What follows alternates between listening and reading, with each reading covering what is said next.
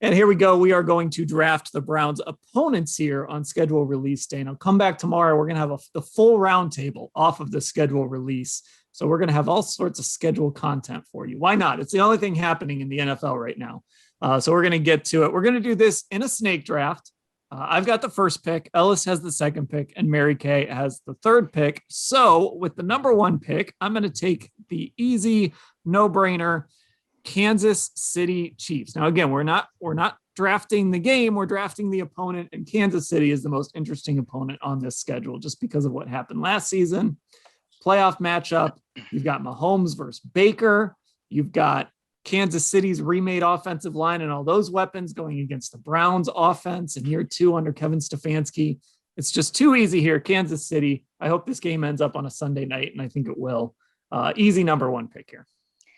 Yeah, of course. I know that Ellis and I would have done the same thing there with the number one pick, 14-2 last year.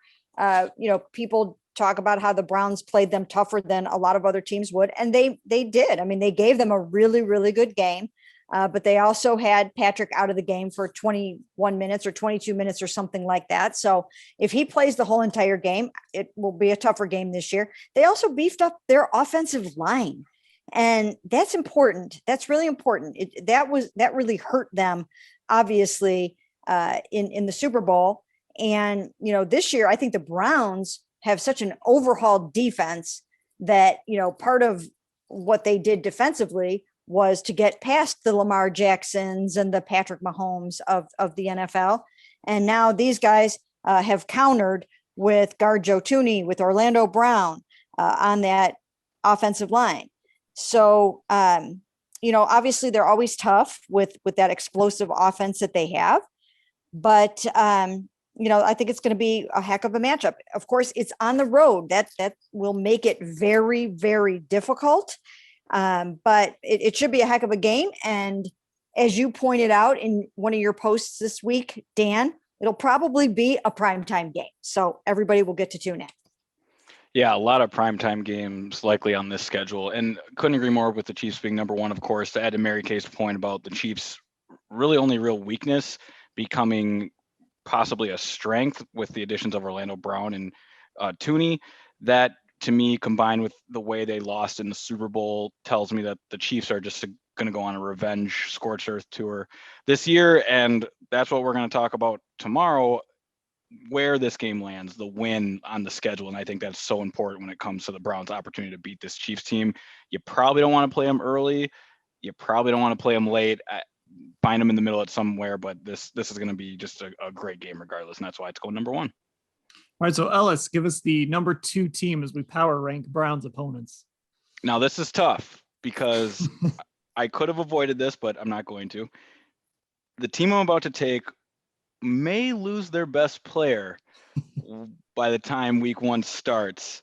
But as of right now, Aaron Rodgers is still a Green Bay Packer, so we will draft under that assumption. I'm taking the Packers really only because it is an offense that the Browns have not seen yet, are not familiar with, a weapon they have not faced, of course, in Aaron Rodgers, a style of offense that hung up, I think, 30 plus points or, won comfortably against the Rams, that number one defense, the combination of Devontae Adams, Aaron Jones.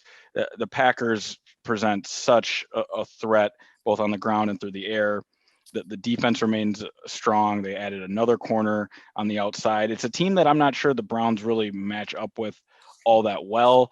We'll have to wait and see. Of course, if Aaron Rodgers isn't on this team, that changes things. But I can bake in a little safety saying that, there's no tape on Jordan Love either. So if they were to play Green Bay early with no tape on Jordan Love, perhaps that would make things even more difficult than saying, hey, we're just facing a rookie. So whether it's Rodgers, whether it's Love, this is still going to be, and it should be an exciting game, all eyes game. And if it's Rodgers, this deserves the number two spot. I am going to go with the Baltimore Ravens at number 3, 14-2 last year, beat the Browns twice. The Browns have got to get back to beating the Ravens. This is the year. And I think they're going to have to set the tone by beating them in the first meeting and just saying, we're planting our flag in this division. We've got this year. But they're always tough. They will always be tough. And after that classic football game between these two teams in Cleveland at the end of the season there, or almost the end of the season. I mean, that was just such a phenomenal game. It was phenomenal. We'll never forget sitting in that press box and seeing Lamar Jackson coming back out onto the field. I've seen that happen before in other football games, and it's always so surreal. I saw it happen once with Ben Roethlisberger. I saw it happen once with Matthew Stafford, and it never has a happy ending for the Cleveland Browns, does it? We saw it happen with Patrick Mahomes, right? And it never has a happy ending when the superstar quarterback comes bounding out of the locker room. It was just the stuff of NFL films, wasn't it? I mean, it was pretty darn incredible.